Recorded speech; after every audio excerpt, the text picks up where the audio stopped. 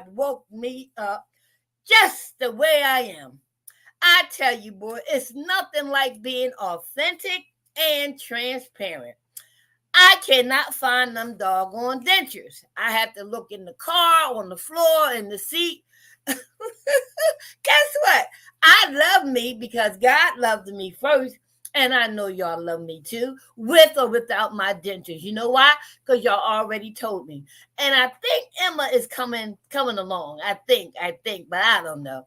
But anyway, welcome to Free to Hope Conversation with Edwina B. Y'all, Miss Cuckoo for Cocoa Pops.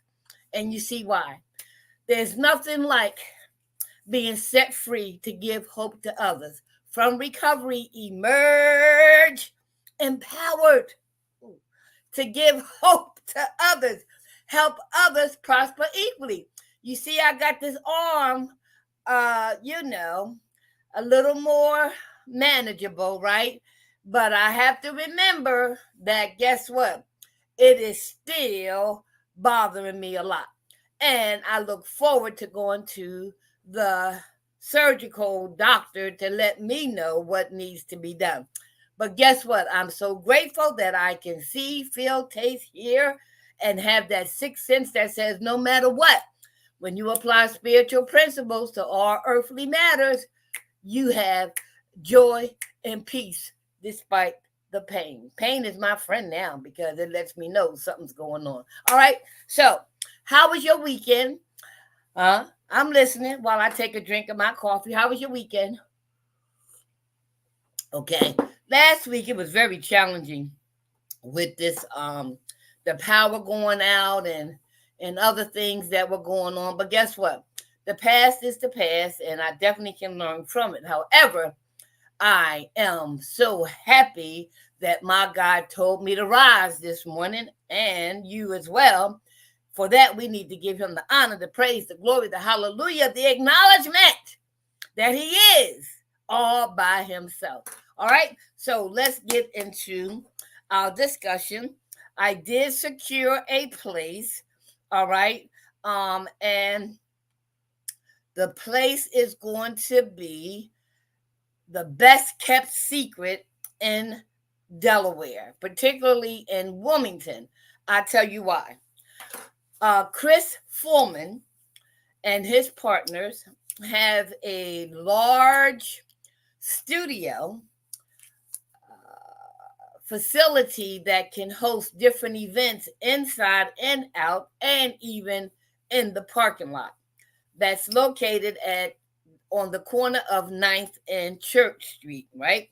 That's on the east side. And so I talked to him this past weekend and I let him know what I wanted to do on Thursday, June the 20th from 7 to 8:30, an in-person and Zoom presentation of my master's class. I also let him know that I need the space for Saturday, June the 22nd, from 10 a.m. to 11:30 a.m. in person in Zoom as well for my master's class entitled I'm So Tired of Being Broken and Broke. But guess what? Spiritual tools and resources are available to help you reduce, eradicate, eliminate, right?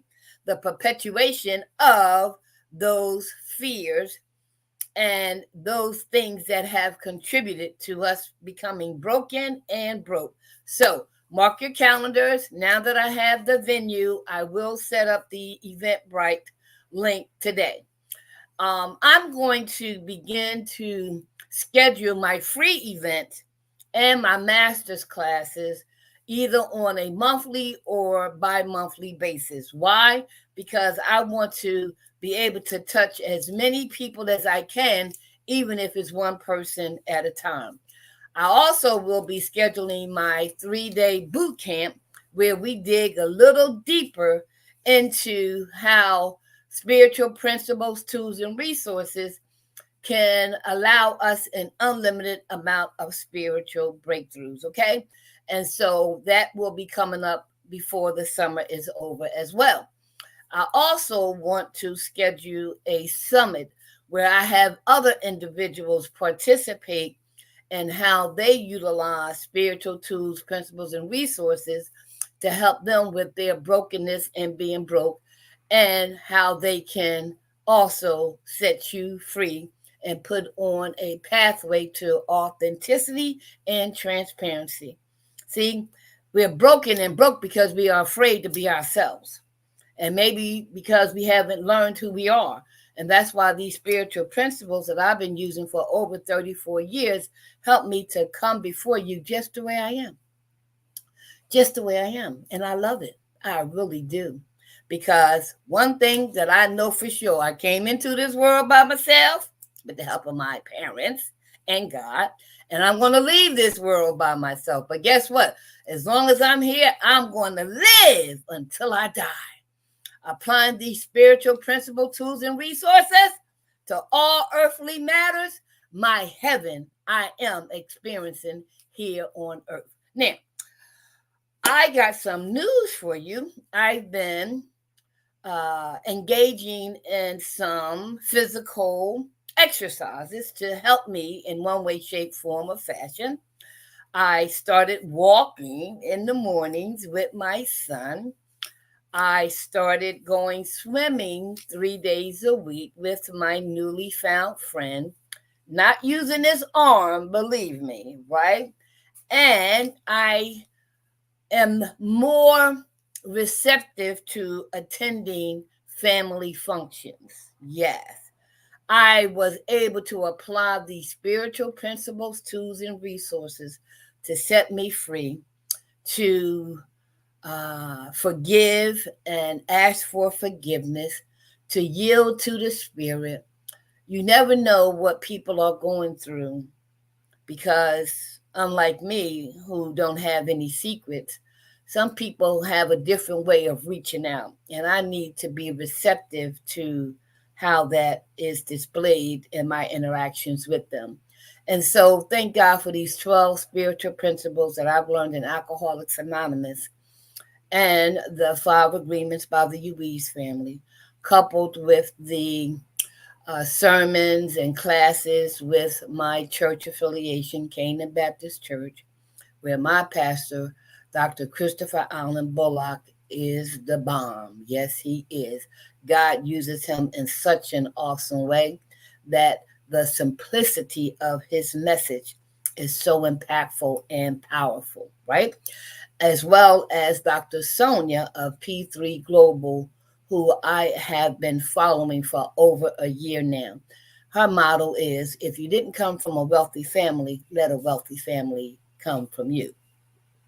Which is why my free events on I'm So Tired of Being Broken and Broke sets the fertilization to plant the seed.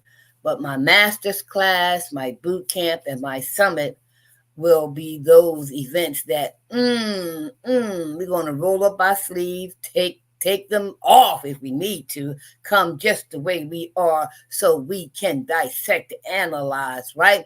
Evaluate, conduct surgery on all areas of our lives, particularly utilizing the recovery principle number 4, made a searching and fearless more inventory of ourselves. Come back in number 5, admitted to God, to ourselves, and another human being, like I'm admitting to you, all the things in order to get to the exact nature of our wrongs. And then in number 6, to be entirely ready to have God remove any and all things that prevent us from being useful to him and our fellows. And when we do fall short in step 7, we humbly ask him to remove that shortcoming. All right. So that's just a little tad bit of what you're going to be hearing and learning from my master's class and my free event on I'm so tired of being sick and tired of being sick and tired of being broken and broke, but utilizing spiritual tools, resources, and principles to have an unlimited amount of spiritual breakthroughs. Okay? All right, so let's get to our topic for today. Lord, I love you. I love you. I love you. Okay. So the topic for today is impatient. Are you impatient? Are you impatient? Are you impatient? Of course you are. And so am I. at times, but not as often as I used to be, right? And it says to try levitating, right? And so, for those who don't know what levitating means, we're going to dissect the daily reflection reading for today that will give you some insight as to what it means to be impatient, but also what it means to try levitating. Okay, so let's go to our reading for today. All right, I'll get back to divine light in a minute. All right, so let's put this whole thing on the screen. Okay, I don't want to shortchange anybody. Well, I can't do that. Okay, so for those who are on Instagram, listen. Okay, listen. That's right. I'm telling. No, I'm suggesting that you listen. Okay, now let's dissect this baby. It says June the 10th, AA Daily Reflections. For the impatient, try levitating. AA.org. Okay? We reacted more strongly to frustrations than normal people, as Bill sees it, page 111. So when we talk about we, this is a spiritual fellowship with spiritual principles for those suffering from the disease of alcoholism. Okay.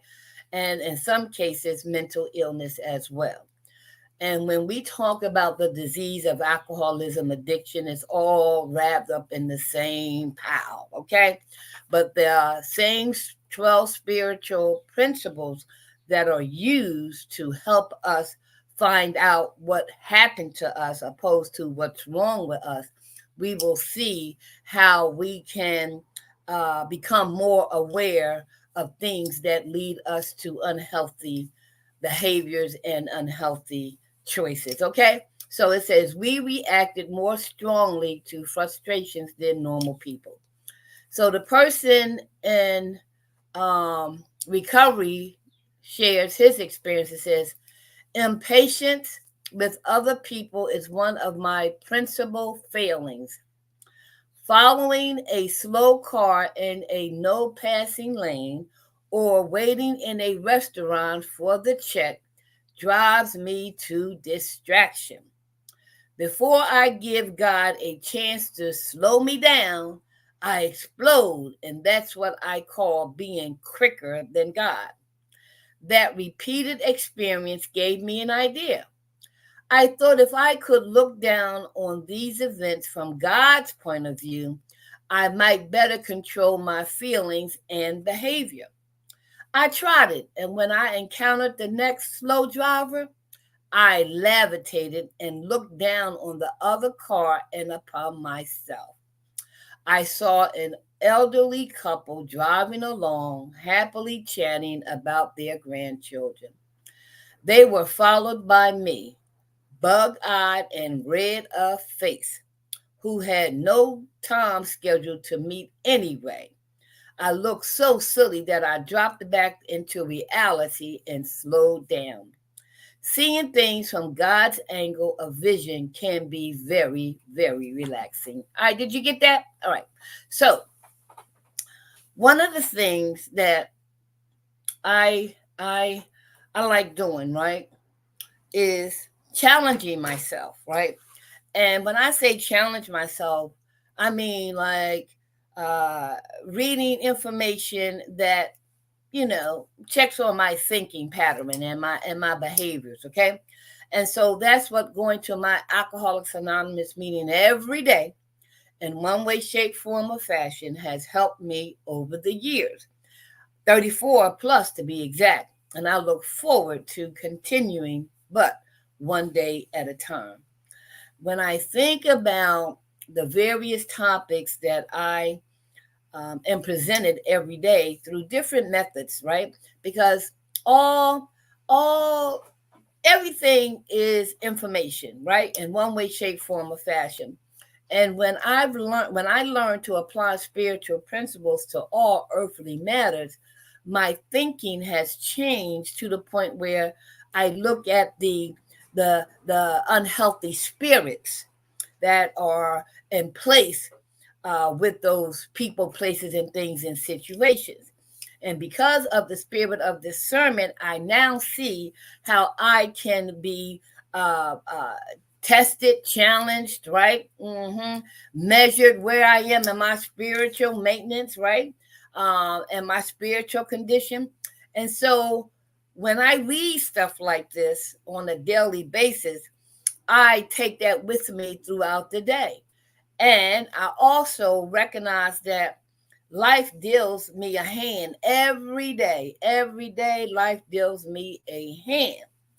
And so in the past, sort of like this reading, if that hand turned up cards that were, frustrating, disappointing, um, um, uh, aggravated, irritated, irritable, right? I would go out and drink and do something even more unhealthy, like prostitute if I was low on money, like steal if I needed to get my fix, right? Like manipulate people so that I can, convince them to give me what I want. Yeah. And so I didn't like the hand that life was dealing me, right? And so through my knee bowing experience on the morning of February the 22nd of 1990 while underneath a parked car. You think that I was impatient about how I was living? I'm going to tell you, I was more than impatient. I was done, done, done, done, done. I'm done. Edwina, you're 34 years old. How in the hell and why in the hell are you underneath a parked car? Why were you, Edwina, getting high with your own stepson, doing all kind of sexual favors for him? Why, Edwina, did you allow yourself to get to this point that you are underneath a parked car? Edwina, the human part of me said, what is wrong with you? You allowed me, my humanness, to put you underneath this parked car. Yes, you did. Yes, you did. You allowed those negative spirits, and you didn't know. And then after you did know, you didn't care. And after you did know and you didn't care, you said, what the, yeah, this is the way I'm going to die, right? And so that knee bowing experience on that early morning forced me in a humiliating way to gain some humility and say, help me, help me, help me. It wasn't this low and it wasn't in this tone. It was like, whoever they say you are, take me out this life now. Take me out now or show me a better way.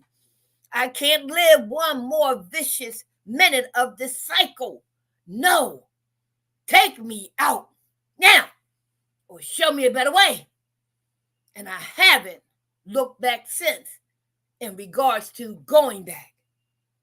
But I recognize that my God, who I found in Alcoholics Anonymous, prepared me, shaped me, molded me from underneath that parked car to sit in front of you today and to go back and to help somebody else with co-occurring disorders.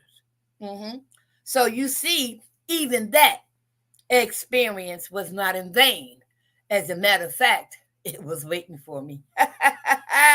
And so was recovery. And whatever else God has for me is waiting for me.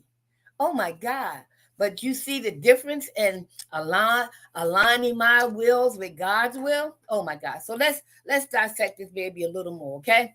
All right, so it says here, impatience with other people is one of my principal failings. Now, let me ask you, how does your impatience manifest in your life? Huh? Do you Well, I'm sure you do. You recognize when you're impatient. You stop moving. You start looking. You start scratching your head. You start looking at your clock. You start what? You start panicking. You start being frustrated. You start getting angry. What? What? Because you're impatient. Where are you going?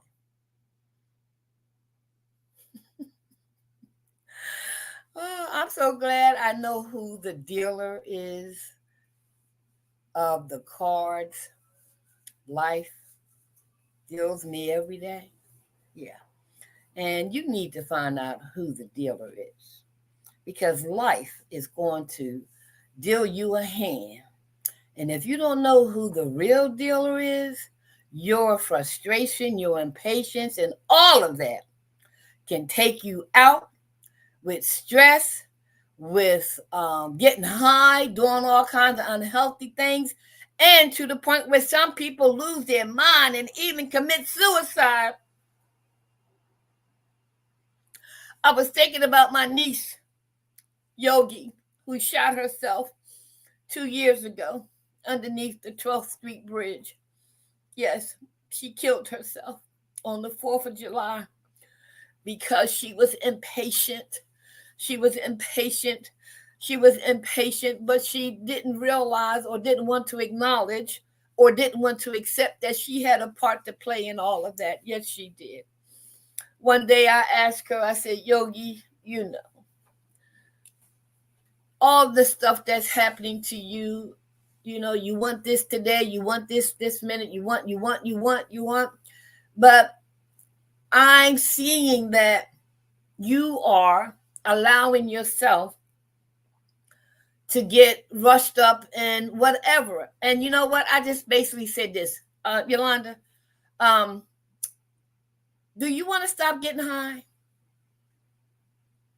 She said no. Yolanda, you lost your kids. You can't find a place. You this, you that, you this, you that, what, da. And you don't want to stop getting high? She said no. She said, it helps me cope. Interesting. And so when I hear people acknowledge what they believe their truth is, I don't debate it. I accept what they say, right? And it helps me to look at my life, right? What did I use and what did I did to cope with life on life terms, right? Most of the times it was people pleasing. It was trying to wear all kinds of masks to be this and to be that. And my pastor shared yesterday that people will fail you. I will fail you. You will fail me. But God never fails. That's a journey that we all have to get to in life, which I believe is the purpose of this journey called life here on earth. So that what is waiting for us will be done in different stages, because I've learned that God all by himself is the giver and taker of our spirits, right? But it is manifested in this body on earth in whatever conditions we were born in, right? And so when I think about my Yogi, I think about not only her but the millions of others who were just like her, which is why people like me who are chosen, many are called but few are chosen, to let you know, at least one more person, that there is a way to be set free from recovery, emerge empowered, no matter what you're going through, whether it be illness, whether it be a bad relationship, whether it be a dysfunction in it don't matter. It don't matter now for me. Because when I utilize these spiritual principles on a regular basis in any and all situations, and that serenity prayer, God grant me the serenity to accept the things I cannot change, the courage to change the things I can, and the wisdom to know the difference. Do you know that I am so at peace with everything in my life. I am so at peace when I practice utilizing those spiritual tools, principles, and resources, that my tranquility level is at the highest it's ever been. And I love it. Oh, yes, I love it. I'm just free like a bird. Yes, I am. No matter with the shoulder, no matter with that, no matter what. I'm not giving anything or anybody, number one, to let me go back to drinking. Number two, go back underneath that parked car. And number three, tell God to kiss my, you know what. Oh, hell to the no. No, no, no. Nothing and nobody I will not give that power to anymore. And so, impatient, try levitating. Okay, so let's get back to this. I got a couple more minutes, right? So this guy says, impatient was one of his principal failings. He said, following a slow car in a no passing lane. Oh, wait. I told y'all I'm transparent, right? When I read the passing lane, right? I was 17 or 18, right? And my mom gave me the car, and me and my boyfriend, I was the driver in a white car called a Biscayne or something like that, right? And I rode in this lane all the way down, doing the speed limit, right? Cars were beeping, cars were blinking. Okay, what's going on? I have no idea. Until I got off the Atlantic City Expressway, this guy put his hand and his head out and said, F you, you SOB. And I said to my boyfriend, what's wrong with him? Right? I couldn't fathom what was wrong with him. And I got home and I told my mother. She said, Edwina, where were you? I said, I was in the lane, next to the rail. She said, Edwina, that was the passing lane. Okay, well, what is that? Elijah, oh my God. Video. What is that? I said, right? My grandson, I'm doing my podcast. I'll call you right back. All right. And I said, what is that, right?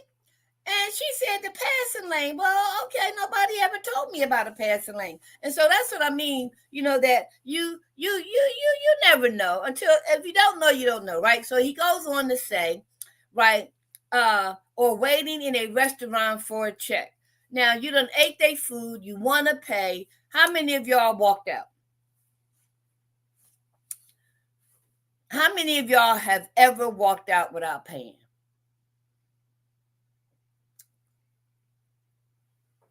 You mean I got to wait to give you my money? Yes. But how many of y'all have ever, because of being impatient? I know what the answer is for me. Hell yeah. Yes, I did it. Not often, but I did it maybe once or twice in my lifetime. Okay. Are you that transparent and authentic to tell the truth? Okay. And then it says, those things drive him to distraction.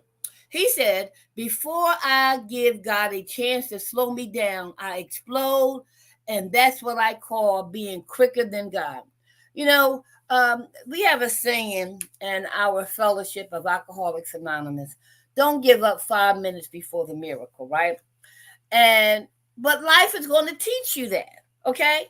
Because sometimes when I am irrational, when I am impatient, when I am frustrated, when I'm in my feelings, I do react, right? And most times it's not in a positive way. So recovery in these spiritual tools has taught me, and I practice on a daily basis to learn how to respond. Yes. And this is what really, really helps me, y'all, right? I ask myself, and I'm not going to finish this today because I got to get ready to go to my meeting. But I ask myself, Edwina, is what you thinking, is what you want to say, is what you want to do, is it going to feed the flesh or is it going to feed the spirit? Mm-hmm. And so when I look at my thinking process, my pattern, of my life before I got into Alcoholics Anonymous and on this spiritual journey. Yeah, yeah. It wasn't always pretty. Yes. Oh, some good times here and there. But who is the real Edwina? Who is the real you? Do you even know why you were created? Do you even know what your purpose is in life? Do you even know your God-given destiny? Well, I tell you one thing that will show you is how you're living. How you are with where you are. Are you complacent? Are you comfortable? Are you just waiting to just do and just die? Or are you making the best of each and every day, each and every moment? Are you even present right now and hearing what I'm saying to you? Do you want to live a spiritual, purposeful life? I know I do. And the decision wasn't mine. My God said, that's enough, devil. Get your hands off of her. I can use her cuckoo for Cocoa Pop self, right? And so what I want to avail to you once again, right, to sign up for my upcoming master's class and give me the opportunity to share with you what's available for you to find out the answers to those questions I just asked you. Okay. Whew, it's time for me to go. And let me say this. Tonda, thank you so much for sharing your time with me this morning. I love you. I love you. And I pray that all is well. And I know it is, because spiritually, we got that, don't we, girlfriend? Yes, we do. All right, so I love you. You love me. We are one big old family with a great big hug. I got to use my arms this way. And a kiss from me to you. Won't you say you love me too? I got to go find these dentures. But guess what? If I don't find them, y'all know the fact that I'm transparent and authentic. Well, I done took them out on the stage. I took them out on TV, a conversation, the whole 9 yards, okay? And so I'm just going to end this by saying, have a blessed day. If it's God's will that we are rejoined tomorrow, I'll be here, and I pray that you are too. In the meantime, be of service to someone. Let someone know you love them, and practice not being impatient today. Okay? You gonna try? You gonna try? So am I. We are in this together. Be blessed. Have a great day. I love you. Lord,